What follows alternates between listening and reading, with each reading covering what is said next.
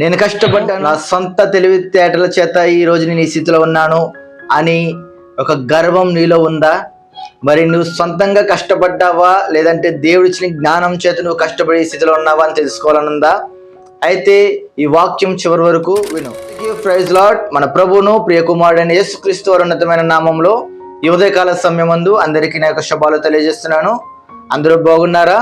మీ అందరూ బాగుండాలని ప్రతినిత్యము మీ కొరకు ప్రార్థిస్తున్నాం. ప్రతిదినము వాగ్దానాలు వినడం వలన ఎంతగానో ఆత్మీయంగా బలపడడానికి, తమ ఆత్మీయ జీవితాలకు ఎంతగానో సహాయం పడుతుంది. ఈరోజు దేవుని వాగ్దానం చూసుకుందామా?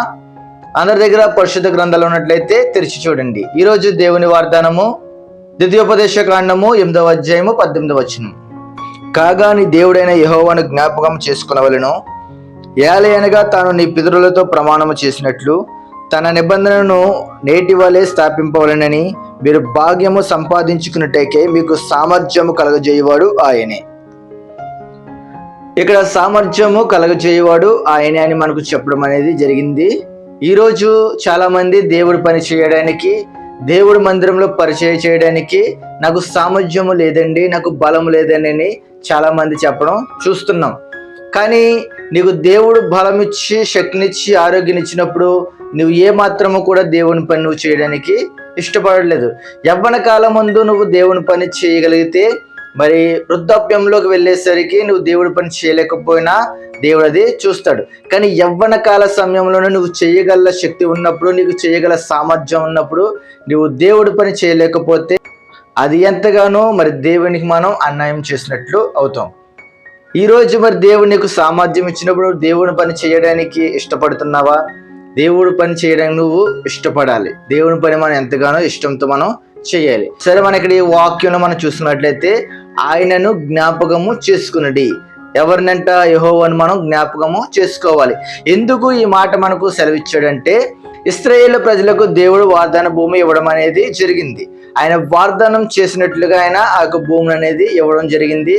వారు అక్కడికి వెళ్ళిన తర్వాత మరి వారు ఇల్లు కట్టుకున్నా, లేదంటే సమృద్ధిగా వారు ఆహారం తీసుకున్నా, నా శక్తి చేత, నా బలము చేత, నా సొంత ఆలోచనల చేత నేను ఈ గృహమును కట్టుకున్నాను, లేదంటే నేను సమృద్ధిగా సంపాదించుకుని నేను సమృద్ధిగా తింటున్నాను అనే ఆలోచన వారికి రాకూడదని దేవుడు ముందుగానే వారికి వచనం అనేది రాయడం అనేది జరిగింది. ఎందుకంటే దేవుడు మరి ఎందుకు రాయడం జరిగిందంటే, విజయం వచ్చినప్పుడు నేనే అనే అహంకారం రావడం చాలా మందికి సర్వసాధారణం, సహజం కూడా. అలాంటినప్పుడు ఆ యొక్క అహంకారం మనకు రాకుండా దేవుడు ముందుగానే మనల్ని హెచ్చరిస్తున్నాడు. నిజంగా నువ్వు విజయం సాధించావంటే నీలో అహంకారం అనేది ఉండదు. జమీమా అనే ఒక యవనస్తురాలు మరి తను వరల్డ్ కప్లో మరి ఆడినప్పుడు ఎంతగానో సెమీఫైనల్లో పోరాడి ఎంతగానో గెలిచింది. తను ముందు ఓడిపోయినప్పటికీ తర్వాత ఆ మ్యాచ్ తను గెలిచి ఒక ఇండియాకు కప్పు తీసుకురావడానికి ఆమె ఎంతగానో సహాయం అనేది చేసింది. తర్వాత ఆమె దేవుణ్ణి ఎంతగానో స్తుతించింది. ఆమె గెలిచినప్పుడు ఆమె పడే ఆనందం ఆమెలో అహంకారం అనేది తీసుకురాలే, ఆమెలో గర్వం అనేది తీసుకురాలే. ఆమె ఎవరి ద్వారా అయితే నడిపించబడిందో ఆయనను జ్ఞాపకం అనేది చేసుకుంది. అలాగే రీసెంట్ గా జరిగిన మరి T20 వరల్డ్ కప్ లో కూడా మరి సంజు శాంసన్ అనే ఒక యవనస్తుడు మరి ముందు మ్యాచ్లో ఎంతగానో మరి రానివ్వకపోయినా మరి తర్వాత క్వార్టర్ ఫైనల్ నుంచి ఎంతగానో మరి విజయం సాధిస్తూ అనేక పరుగులు చేస్తూ ఎంతగానైనా చేయడం జరిగింది. ఈ విజయానికి కారణం మరి దేవుడే అని చెప్పి ఆయన కూడా చెప్పడం అనేది జరిగింది. మరి చూసారు, వారిలో గర్వం అనేది ఎంతగానో రానివ్వకుండా దేవుని వారు కొలిచారు, దేవుని వారు ఘనపరిచారు. వారు ఘనపరచడమే కాకుండా ఎన్నో కోట్ల ప్రజల మందికి వారు ఒక మాదిరికరంగా చూపించగలిగారు. మరి ఈరోజు నీ జీవితంలో విజయం వచ్చినప్పుడు నువ్వు దేవునికి మాదిరికరంగా ఉండగలుగుతున్నావా? నీలో అహంకారం అనేది తీసుకొచ్చుకుంటున్నావా? లేదండి నేను పెద్ద ఆస్తి సంపాదించానండి, కోట్లు నాకు ఉన్నాయండి, ఇవన్నీ నా సొంత ఆలోచన చేత, నా సొంత బలము చేత ఇవన్నీ నేను సంపాదించుకున్నానని చెప్పి అహం కలిగి జీవిస్తున్నావా? లేదు. ఈరోజు నువ్వు ఇన్ని సంపాదించుకున్నావంటే కేవలం దేవుడిచ్చిన జ్ఞానం, దేవుడిచ్చిన ఆరోగ్యం, దేవుడిచ్చిన శక్తి.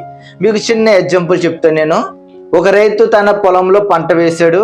ఆ పంటను ఆయన సంపాదించుకోవడానికి, ఆ పంటను సమృద్ధిగా చేర్చుకోవడానికి తనకు కావలసినవన్నీ కూడా సమకూర్చుకుని ఆ పంటకు ఏమైతే కావాలో అన్ని కూడా ఏర్పరచుకుంటాడు.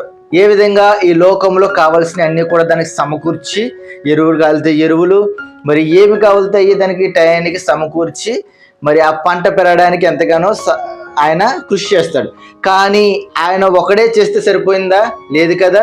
ఆ పంట పెరగాలన్నా, ఆ మొక్క పెరగాలన్నా, ఆ యొక్క వరి ఎదగాలన్నా దానికి ఏం కావాలి?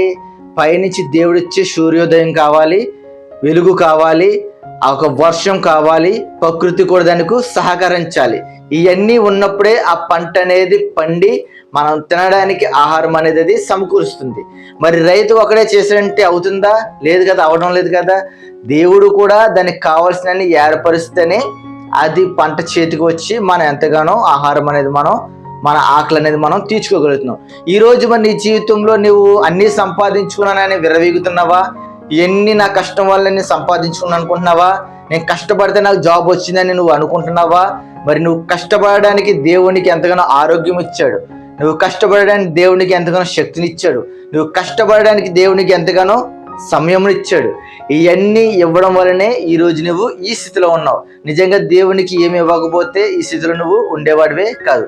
అందుకని మనం ఏ స్థితి నుంచి వచ్చామో అన్నది మర్చిపోకూడదు. మన స్థాయి అనేది మనం మర్చిపోకూడదు. ఎప్పుడైతే మన స్థాయి అనేది మనం మర్చిపోతామో అప్పుడే మన జీవితంలో పతనం అనేది మొదలవుతుంది, మన జీవితం నాశనానికి చేరుకుంటుంది. నువ్వు నీ స్థితిని మర్చిపోకుండా, నీ గతిని మర్చిపోకుండా నువ్వు ఏ రోజైతే నువ్వు దేవుని జ్ఞాపకం చేసుకుంటూ ఇది నా సొంత శక్తి వల్ల కాదు, నా బలం చేత కాదు, నా ఆలోచన వల్ల కాదు, దేవుడిచ్చిన ఆలోచన వలన, దేవుడిచ్చిన శక్తి వలన ఆలోచన కలిగి నువ్వు జీవిస్తావు, దేవుడు నిన్ను ఇంకా సమృద్ధిగా దీవిస్తాడు. చివరిగా నీకు ఒక మాట చెప్తున్నాను, దేవుడు ఈరోజు నీ జీవితంలో నీకు ఎన్ని ఇవ్వడానికి ఒక గొప్ప ఉద్దేశం అనేది ఉంది. ఆయన ఎటువంటి స్వార్థం వల్ల నీకు అది ఇవ్వలే, ఒక గొప్ప ఉద్దేశం ఉంది. ఆ ఉద్దేశం ఉండడం వల్లనే దేవునికి ఎన్ని కూడా ఎంతగానో ఇవ్వడం అనేది జరిగింది. నీ ద్వారా అనేకులు రక్షణలోకి రావాలని, నీ ద్వారా అనేకులు మారు మనసు పొందుకోవాలని, నీ ద్వారా నీ పరిచయ ద్వారా అనేక మంది మార్పు చెందాలని దేవునికి ఎన్ని ఇస్తున్నాడు.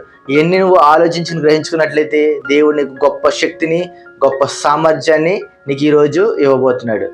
నీకు ఇవాళ అన్నీ కావాలని అనుకుంటే, దేవునికి సామర్థ్యం ఇవ్వాలనుకుంటే, దేవునికి బలం ఇవ్వాలనుకుంటే నువ్వు దేవుని ప్రార్థించినప్పుడు నీకు అన్నీ కూడా ఇస్తాడు.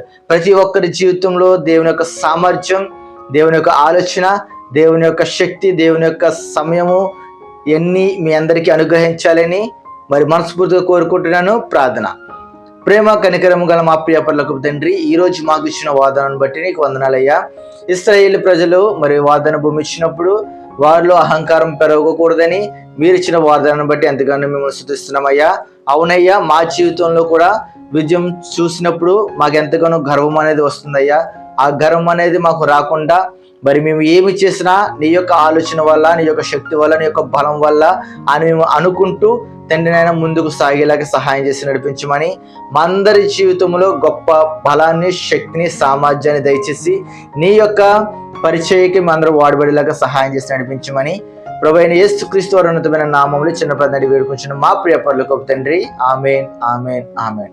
అందరికీ మై గాడ్ బ్లెస్ యు. దేవుడు మీ అందరిని దీవించును గాక. ఆమేన్. మరిన్ని ఆత్మీయ సందేశాల కోసం ఈ యొక్క ఛానల్ ఫాలో అవ్వండి. దేవుని చిత్తమైతే రేపటి దినం మరొక వాగ్దానంతో కలుసుకుందాం. అంతవరకు సెలవు.